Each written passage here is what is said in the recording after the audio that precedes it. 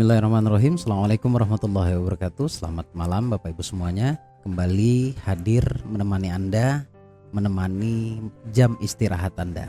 Bersama saya di sini Bagus Baraja di channel Gus Baraja. Senang bisa terus update sebisa saya, sesempatnya saya, dan dimaksimalkan juga akan upload setiap hari kecuali hari Sabtu malam Minggu karena itu waktu Anda bersama keluarga. Baik teman-teman, kali ini saya akan bahas tentang lanjutan dari video sebelumnya. Video sebelumnya itu membahas tentang sodakoh atau sedekah, bagaimana cara mengaplikasikan sedekah. Dan ternyata penontonnya banyak banget ya. Penontonnya sangat-sangat berbeda daripada video-video sebelumnya. Artinya di sini berarti masih banyak banget orang baik yang ingin tahu keilmuan tentang ilmu sedekah. Saya yakin banget banyak orang yang ingin bersedekah, hanya saja bingung bagaimana caranya bersedekah. Karena wajar menurut saya standar keikhlasan itu berharap kepada Allah itu standar ya, agar sedekahnya bermanfaat untuk dirinya sendiri dan juga untuk orang lain. Nah, di video kali ini saya akan bahas peruntukannya yang insya Allah akan lebih spesifik, lebih detail lagi.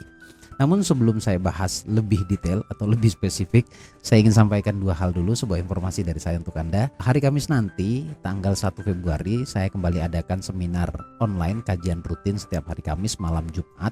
Dan kali ini akan membahas tentang rahasia keajaiban doa. Di sana akan dikupas semuanya sesuai pengalaman saya pribadi dan juga pengalaman banyaknya peserta yang sudah mendapatkan apa yang mereka impi-impikan dengan kekuatan doa.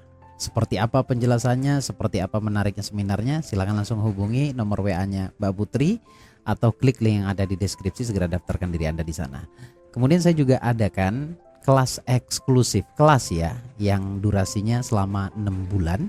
Kemudian pertemuannya setiap 1 minggu sekali di hari Jumat tepatnya. Di sana akan total atau bicara tentang ilmunya secara keseluruhan. Jadi manfaatkan kesempatan ini, segera daftarkan diri Anda, ikut bergabung di sana, ikut andil di pembelajaran yang insya Allah akan memberikan dampak perubahan yang baik di masa depan Anda nanti.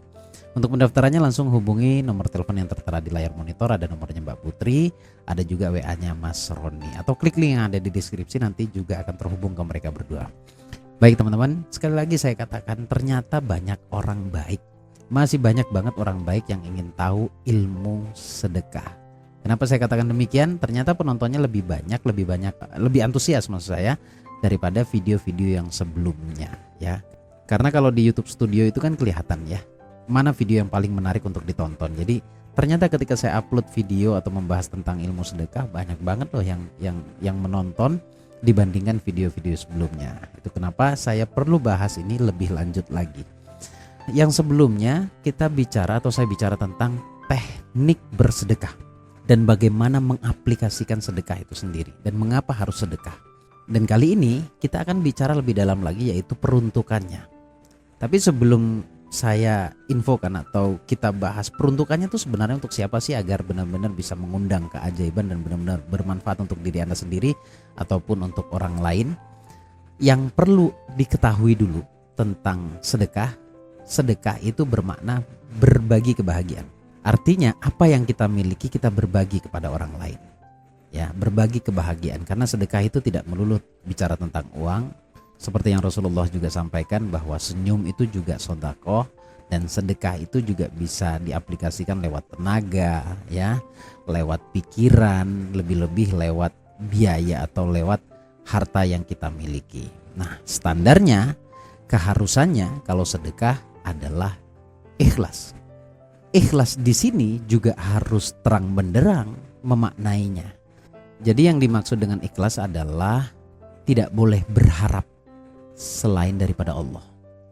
Jadi selama kita atau Anda berharapnya, ketika sedekah itu berharap nilai kebaikannya diterima oleh Allah, itu sah, itu boleh. Sebagai standarnya ikhlas di situ juga sudah bagus banget. Ya, saya ingin ingin berbagi, ingin menularkan bahwasanya berharap semata-mata kepada Allah itu sangat-sangatlah indah dan membahagiakan. Jadi ketika Anda bersedekah, Anda boleh punya harapan kepada Allah. Boleh sekali. Tetapi yang tidak boleh itu ketika kita bersandarnya atau mengharapkan sesuatu kepada manusia. Jangankan saat bersedekah, saat tidak bersedekah pun itu tidak boleh kita berharap kepada manusia yang lainnya atau berharap kepada sesama ciptaan, itu tidak boleh. Nah, disinilah kadang-kadang kita suka tergelincir dalam pemaknaan. Jadi ikhlas itu tidak boleh berharap selain daripada Allah. Artinya ketika kita bersedekah lalu memunculkan harapan kepada Allah, itu boleh banget. Harapan yang saya maksud adalah berharap pertama nilai kebaikannya Allah terima, artinya sodakohnya, kemudian niatan baik Anda, amal Anda, berdoa kepada Allah agar Allah terima. Ya, sampaikan saja ke Allah, ya Allah terimalah amal baikku yang tidak seberapa ini, sedekahku yang tidak seberapa ini, dan jadikan wasilah datangnya kebaikan ke dalam hidupku, atau jadikan wasilah, jadikan sebab ya Allah, Engkau mudahkan urusanku, Engkau ijabah doaku, Engkau permudah urusanku. Lihat kalimatnya indah kan? Jadi kalau seperti itu boleh apa tidak? Menurut saya boleh. Dan ini pun bukan menurut saya saja, tetapi saya dapat petuah, saya dapat pesan-pesan dari guru-guru. Kemudian di channel YouTube juga banyak loh yang menjelaskan hal yang sama. Dulu seingat saya Syekh Ali Jabir juga pernah mengatakan, ketika Anda bersedekah, ya, ketika Anda bersedekah, di saat itulah hati Anda sedang bagus-bagusnya untuk berdoa, maka berdoalah. Syekh Ali Jabir itu orang yang sangat paham Quran, menyampaikan hal yang sama. Lalu saya tambahkan kalimatnya, ya Allah terimalah amal baikku yang tidak seberapa ini, merendahlah di hadapan Allah. Kemudian terimalah ya Allah, terimalah amal baikku yang tidak seberapa ini, yang nilainya tidak seberapa ini. Dan kemudian Engkau jadikan wasilah, Engkau jadikan jalan, Engkau permudah urusanku, Engkau ijabah doaku. Sampaikan hajatnya apa. Dua hal yang berbeda ya, antara berdoa dengan bersedekah itu dua hal yang berbeda. Bersedekah itu memberikan, berdoa itu jangankan pas bersedekah, pas tidak bersedekah pun kita berdoa juga boleh kan. Jadi berdoa itu adalah sebuah kewajiban karena itu perintah dari Allah. Nah, standarnya ikhlas. Ikhlas menurut definisi yang tadi saya sampaikan. Kalau sudah ikhlas, ada prioritas dalam sedekah. Nah, kita bicara tentang peruntukannya. Prioritas tersebut setidaknya di sini akan saya sampaikan ada 6. Ya, ada 6. 6 ini bukan urutan ya. Anda bisa random ya. Jadi intinya bagilah kepada 6 kriteria ini yang diutamakan. Yang pertama, orang tua sudah pasti, ayah dan bunda, ayah dan ibu kita. Karena dari kita bersedekah kepada mereka, kita sedang mengaplikasikan rasa terima kasih kita sebagai bentuk terima kasihnya kita. Ya, atas apa? Atas pengajarannya, atas didikannya, atas kasih sayangnya. Kita belajar sayang, belajar cinta itu pertama kali kepada orang tua, diberikan oleh orang tua. Dan tidak ada manusia yang tulus melebihi tulusnya orang tua kepada anaknya. Saya bicara konteks orang tua yang benar ya. Tetapi juga meskipun tidak benar, selama dalam batasan-batasan yang oke lah ya. Artinya tidak mengajak Anda keluar dari agama Anda, tidak mengajak Anda menyembah selain daripada Allah. Selama masih tidak seperti itu, kita wajib untuk mengikuti apa yang disampaikan oleh orang tua kita. Dan artinya juga kita punya kewajiban untuk bersedekah kepada orang tua. Nah, itu yang pertama, orang tua. Kemudian yang kedua, kriteria yang kedua adalah guru. Kenapa dikatakan guru? Karena memang karena sebab gurulah kita bisa mengetahui sesuatu yang tidak kita ketahui sebelumnya. Dan boleh jadi karena sebab gurulah kita bisa mengenal Allah lebih dekat. Dan boleh jadi karena sebab gurulah kita menjadi faham nilai-nilai kebaikan dan tahu betul apa yang harus kita lakukan agar kita bisa dekat ke Allah, agar kita bisa menggapai ridhonya Allah. Boleh jadi wasilah dari guru. Nah, ini juga pengaplikasian rasa terima kasih kita selain dari orang tua tadi ya. Juga kita ingin berterima kasih kepada guru.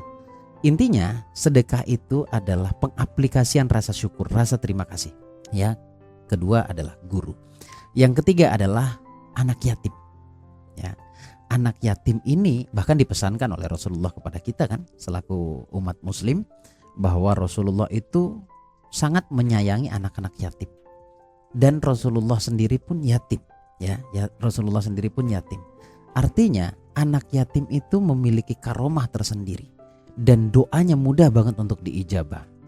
Bahkan ketika anak yatim berdoa dengan ketulusannya, ya, dengan ketulusannya, itu petara langit terbuka. Ya, ketika kita menyantuni anak yatim, doa kita akan mudah diijabah oleh Allah. Dan mintalah doa kepada anak yatim. Ya, mintalah doa agar didoakan. Ketika bersedekah dielus kepalanya, lalu bacakan sholawat, lalu jangan sungkan. Nak, doakan saya ya. Doakan saya agar bisa istiqomah untuk bersedekah kepada kalian semuanya. Nah, seperti itu. Jadi ke anak yatim. Kemudian kepada siapa lagi? Fakir miskin. Siapapun orangnya yang Anda lihat ternyata dia orang fakir miskin, tergolong atau termasuk fakir miskin, santuni, keluarkan sedekahmu kepada dia. Anda akan merasakan keutamaan sedekah. Dan luar biasa ketika kita bisa berbagi kepada fakir miskin. Kemudian yang kelima, yaitu orang yang sedang dalam perjalanan, musafir maksudnya. Karena doa musafir itu juga mustajab. Kalau Anda bersedekah jangan lupa, sama halnya seperti sebelum-sebelumnya, tolong doakan saya dengan santun. Meminta doa juga bukan berarti kita bersandar kepada dia. Karena doa itu misteri, doa siapa yang akan dikabulkan oleh Allah kita nggak tahu. Ya, kita nggak tahu. Boleh jadi doa kita belum diterima oleh Allah, belum diijabah oleh Allah, karena sebab ada yang mendoakan ternyata lisannya lebih berharga. Sekali lagi, doa itu misteri, tidak ada yang tahu doa siapa yang diijabah. Maka saya selalu mengajarkan kepada teman-teman semuanya, kepada peserta juga lebih-lebih ya, jangan sungkan untuk minta doa orang tua, jangan sungkan untuk minta doa kepada guru, jangan sungkan untuk meminta doa kepada orang lain siapapun mereka. Kenapa? Minta doa itu bukan pertanda ketidakberlimpahan kita, bukan. Minta doa itu justru kita sadar diri bahwa belum tentu doa kita yang dijawab oleh Allah. Karena doa itu sifatnya misteri. Doa siapa saja sangat-sangat ada kemungkinan untuk dikabulkan oleh Allah. Oke, itu yang kelima. Kemudian yang terakhir, ke keluarga. Jadi sebelum lompat ke orang di luaran sana, keluarga harus Anda perhatikan. Ya, bisa saudara Anda, bisa paman, bisa bibi, bisa bude, pokoknya kerabat Anda atau keluarga Anda. Jadikan mereka prioritas dari tangan Anda untuk membantu mereka. Saya kasih 6 aja ya. Dan jangan lupa esensinya, ketika bersedekah jangan takut, jangan sungkan untuk bermunajat kepada Allah. Tapi bermunajatnya harus dengan etika yang baik, dengan kalimat yang santun. Minta ke Allah agar Allah terima amal baikmu, meskipun nilainya tidak seberapa. Oke. Kemudian sampaikan juga, minta sama Allah agar Allah jadikan wasilah kebaikan yang Anda lakukan itu, wasilah atau jalan atau sebab doa Anda diijabah oleh Allah, dikabulkan oleh Allah. Nah, kalau pertanyaannya tekniknya seperti apa, berapa persen dari apa yang saya dapat, itu sudah saya jelaskan di video sebelumnya. Jadi video sebelumnya dengan video sekarang itu sebenarnya satu video yang saya bagi dua, karena saya melihat antusiasnya sehingga saya jelaskan lebih detail lagi. Jadi dua-duanya wajib Anda tonton, video yang sebelum ini dan video yang ini yang sekarang ini. Terima kasih teman-teman, semoga pemaparan tentang ilmu sedekah yang singkat ini bisa bermanfaat untuk Anda, bisa menjadi wasilah atau jalan atau sebab keajaiban datang dalam kehidupan Anda. Terima kasih sekali lagi, semoga bermanfaat. Saya Bagus Baraja, Al-Fakir Al-Dhaifillah. Assalamualaikum warahmatullahi wabarakatuh. Allahumma sholli ala sayyidina Muhammad.